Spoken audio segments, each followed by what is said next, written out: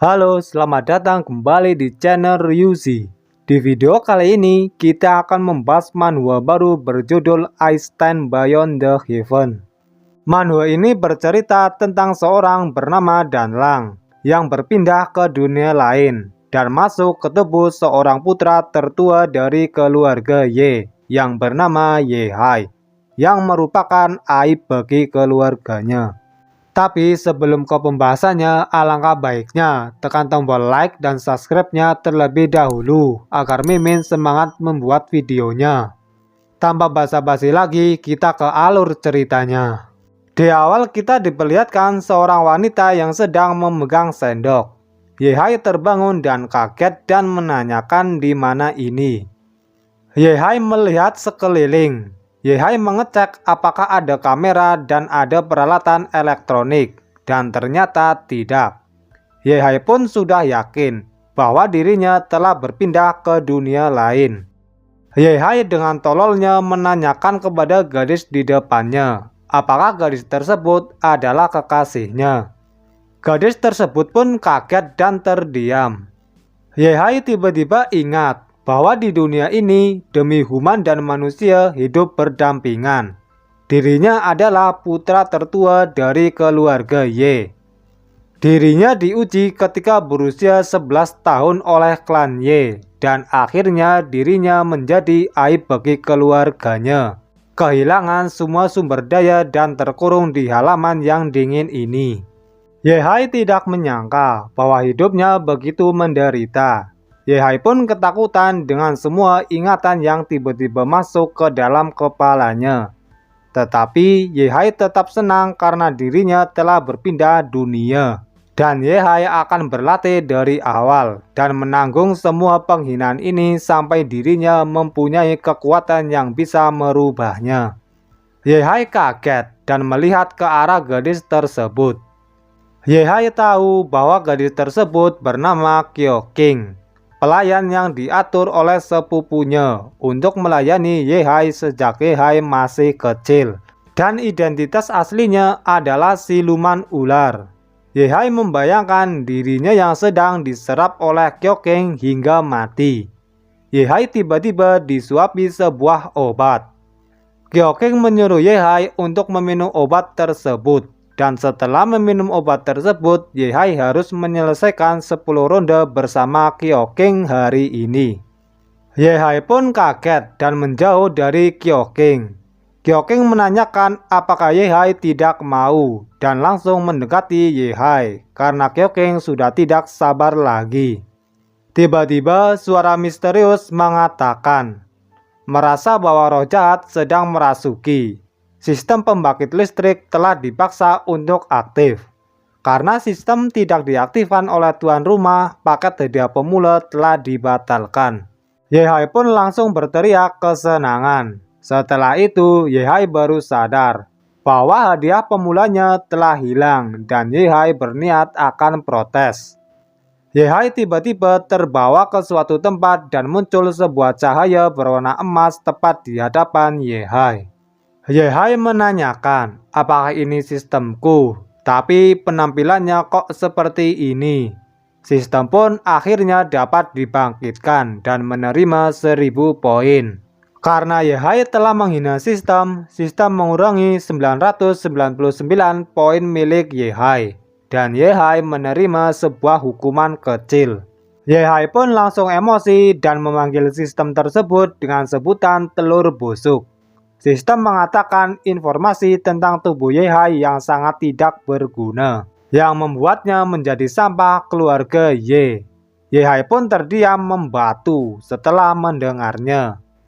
Sistem memberitahu kepada Yehai bahwa sistem ini adalah sistem yang paling cocok untuk pemborosan dunia, yang dapat mengembangkan semua latihan protagonis yang diketahui, dan mempelajarinya secara otomatis. Sistem berharap agar Yehai bekerja keras untuk menyingkirkan gelar sampahnya. Yehai membayangkan teknik-teknik seni bela diri dan menanyakan apakah Yehai bisa mempelajari semua latihan itu. Sistem menjawab bahwa Ye-Hai bisa mempelajari semua latihan apapun secara instan melalui sistem. Ye-Hai bisa membuka misinya dan tukarkan melalui poin. Ye-Hai menanyakan kepada sistem latihan apa yang bisa Ye-Hai buka sekarang. Sistem menampilkan daftar latihan yang bisa Ye-Hai buka sekarang. Ye-Hai pun kaget dengan apa yang ditampilkan oleh sistem. Ye-Hai marah-marah kepada sistem yang telah menampilkan latihan yang tidak ada gunanya sama sekali. Sistem menganjurkan kepada Ye-Hai agar Ye-Hai belajar manual bunga matahari atau manual pedang Biki. Karena mungkin sedikit sakit, tapi sistem percaya bahwa Ye-Hai bisa menahannya. Ye-Hai emosi dan mengatakan bahwa dirinya tidak akan mempelajari dua teknik tersebut. Bahkan jika Ye-Hai mati di tangan siluman ular. Ye-Hai menyuruh sistem untuk memberikan Ye-Hai latihan yang lain. Jika tidak, Ye-Hai akan membawa sistem untuk mati bersamanya. Sistem mengatakan karena ini adalah perpindahan pertama host. Sebuah teknik akan diberikan kompensasi, naga surgawi yang kuat. Naga surgawi yang kuat, teknik Buddhis tingkat atas. Efektif melawan setan ranking yang sama. Saat bertarung melawan iblis, kau akan selalu memiliki keuntungan. Setelah mendengar apa yang sistem katakan, Ye-Hai menanyakan, itu melawan iblis, kedengarannya bagus. Tapi kau suka main-main dengan host, jadi pasti ada konspirasi. Itu menyebabkan aku ingin bertanya padamu. Tanpa persetujuan Ye-Hai, sistem memilih naga yang kuat dan memulai diterapkan ke tubuh Ye-Hai. Ye-Hai pun kaget dengan apa yang telah dilakukan sistem, karena Ye-Hai belum membuat pilihan tentang teknik tersebut, dan Ye-Hai menyuruh sistem untuk menunggu persetujuan darinya. Sistem pun mengabaikan omongan Ye-Hai, dan Ye-Hai langsung disambar oleh petir. Dan akhirnya Ye-Hai pun telah mendapatkan teknik naga yang kuat. Setelah itu, Gyoking menyuruh Ye-Hai untuk bangun dan melakukan bisnis. Ye-Hai terbangun dan langsung memegang tangan Gyoking dengan sangat kuat. Gyoking heran bagaimana Ye-Hai bisa begitu kuat. Ye-Hai berpikir, di otak Ye-Hai terdapat teknik naga surgawi yang kuat. Dan Ye-Hai merasa bisa langsung membunuh Gyoking dalam sekejap. Gyoking berpura-pura kesakitan saat dipegang oleh Ye-Hai. Ye-Hai menanyakan, berapa lama Gyoking akan berpura-pura menjadi manusia. Gyoking berpura-pura tidak mengerti apa yang diucapkan Ye-Hai. Ye-Hai langsung menyerang Gyoking dan menyuruh Gyoking untuk melihat dirinya sendiri. Gyoking terpental dan terjatuh. Setelah itu, Gyoking memulai berubah menjadi ular. Setelah menjadi ular, Gyoking menanyakan kepada Ye-Hai, bagaimana Ye-Hai bisa tahu cara Buddhis. Ye-Hai ketakutan dan menyuruh Gyoking untuk kembali ke bentuk manusianya. Gyoking mengira bahwa Ye-Hai telah menyembunyikan kekuatannya selama 5 tahun. Dan Gyoking tidak akan membiarkan Ye-Hai untuk hidup. Gyoking langsung menyerang Ye-Hai. Ye-Hai pun bisa menghindarinya. Ye-Hai tidak menduga bahwa serangan Gyoking begitu cepat. Gyoking bersiap untuk menyerang. Gyoking langsung mengeluarkan biju damanya. Ye-Hai mengeluarkan sebuah jubah. Dan jubah tersebut mengeluarkan sebuah aura berbentuk naga. Gyoking langsung menyerang Ye-Hai dengan biju damanya. Sedangkan Ye-Hai memegang jubah tersebut dan langsung melempar jubahnya untuk menangkis biju dama milik Gyoking. Dan jubah tersebut berubah menjadi sangat besar. Jubah tersebut langsung menyerang Gyoking. Dan Gyoking terkurung di dalam jubah tersebut. Sehingga Gyoking tidak bisa melarikan diri. Jubah tersebut mulai mengecil. Gyoking akhirnya bisa mengeluarkan kepalanya dari jubah tersebut dan mengatakan, kau pikir benda ini bisa mengurungku? Setelah itu, Ye-Hai mengeluarkan aura naganya untuk menyerang Gyoking. Gyoking pun kaget dengan apa yang dikeluarkan oleh Ye-Hai. dan naga tersebut langsung menyerang Kyoking hingga Kyoking pingsan. Ye-Hai langsung berpose seperti Buddha. Ye-Hai kaget kenapa metode ini bisa mempengaruhi kepribadiannya Ye-Hai. Sistem mengucapkan selamat kepada Ye-Hai karena telah menguasai teknik naga surgawi yang kuat. Sistem memberitahu kepada Ye-Hai bahwa itu adalah efek samping setelah menggunakan teknik naga surgawi. Ye-Hai mengatai sistem dengan sebutan telur busuk dan menyalahkan sistem karena telah memaksa Ye-Hai untuk menggunakan teknik naga surgawi. Sistem menanyakan apa yang baru saja Ye-Hai katakan sambil membawa pisau. Sistem mengatakan apabila Ye-Hai melawan balik maka Ye-Hai akan terluka. Ye-Hai menyuruh sistem untuk tidak mendekatinya dengan ekspresi ketakutan. Ye-Hai pun langsung menjerit. Beberapa saat kemudian Ye-Hai menjadi botak setelah dicukur oleh sistem. Sistem menyuruh Ye-Hai untuk tidak terlalu memikirkan tentang rambutnya, karena nanti juga akan tumbuh kembali. Ye-Hai pun kesal dengan ucapan dari sistem. Tiba-tiba Kyoking mendekati Ye-Hai. Ye-Hai pun kaget. Sistem mengatakan, lihatlah, karena skill Buddha Travator milikmu sudah menghancurkan semangat juang dari ular iblis ini. Bukankah sebelumnya tujuan utamamu adalah untuk menghancurkan ular jahat ini? Saat ini dia bahkan tidak memiliki karisma seperti sebelumnya. Bahkan sekarang sudah berubah menjadi penurut. Kyoking tampaknya sangat menyukai Ye-Hai. Sistem meminta maaf karena telah membuat Ye-Hai menjadi botak seperti itu. Dan sistem akan memberikan sesuatu yang lebih baik daripada bentuk ular sebagai permintaan maafnya. Sistem langsung menembakkan sebuah aura kepada Kyoking. Setelah itu Kyoking berubah menjadi manusia. Ye-Hai pun langsung kaget. Ye-Hai langsung mimisan setelah merasa sensasi dari gunung kembar milik Kyoking dan langsung terjatuh. Kyoking khawatir dengan keadaan Ye-Hai dan Kyoking langsung mengenakan bajunya dan langsung membantu Ye-Hai untuk berdiri. Ye-Hai menyumbat hidungnya dengan sebuah kertas. Ye-Hai menyuruh Kyoking untuk tenang terlebih dahulu dan menyuruh Kyoking untuk tidak memanggil Ye-Hai dengan sebutan Tuan. Ye-Hai menyuruh Kyoking untuk memanggilnya Ye-Hai saja. Kyoking langsung memeluk dan mencium Ye-Hai dan mengatakan, baik tuanku. Sistem menanyakan apakah Ye-Hai ingin menerima sebuah misi. Ye-Hai menanyakan apa isi misinya. Sistem mengatakan bahwa sistem tidak bisa mengatakannya. Sistem menyuruh Ye-Hai untuk mengatakan terima atau tidak misi tersebut. Ye-Hai emosi dan membentak sistem dengan mengatakan, kau pikir aku tidak bisa menyelesaikan misinya? Cepat katakan apa isi dari misi tersebut.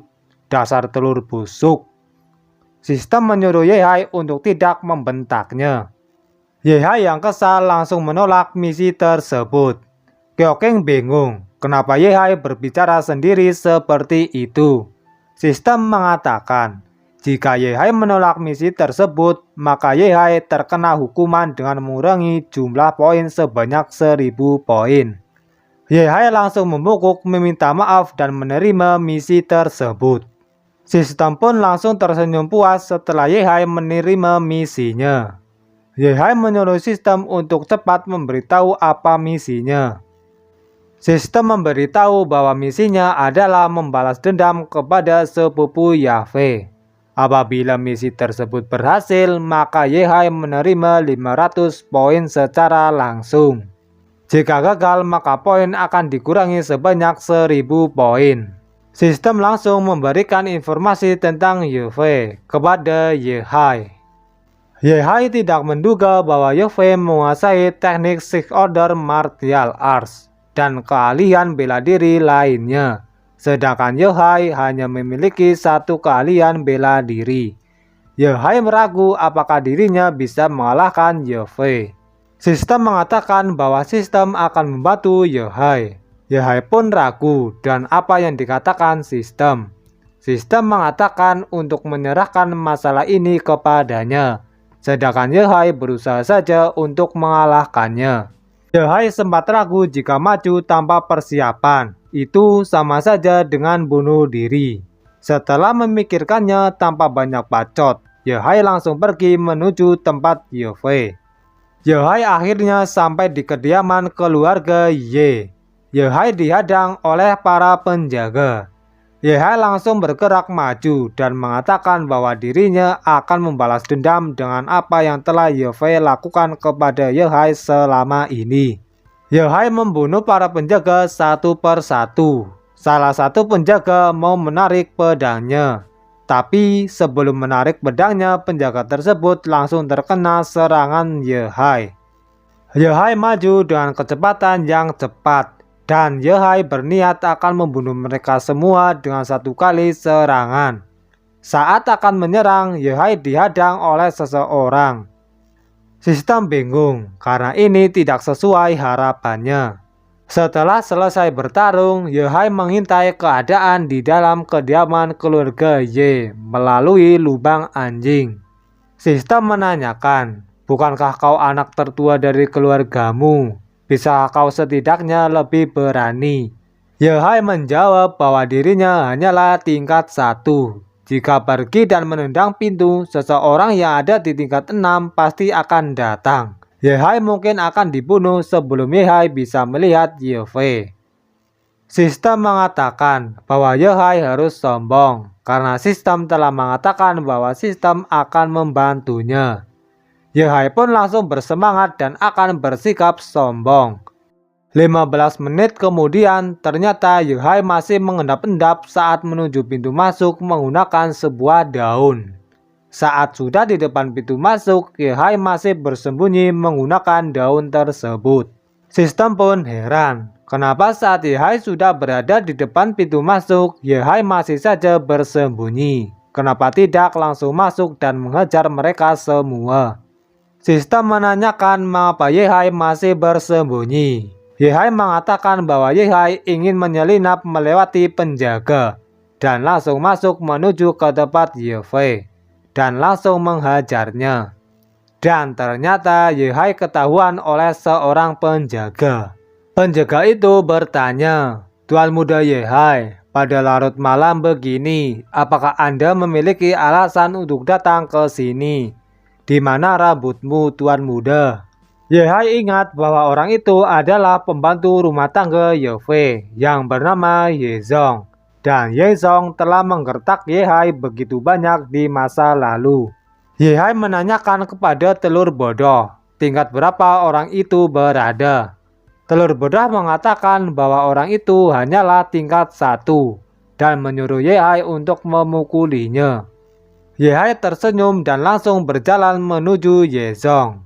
Yehai berjalan sambil mengatakan, "Yezong, aku putra tertua dari keluarga Ye.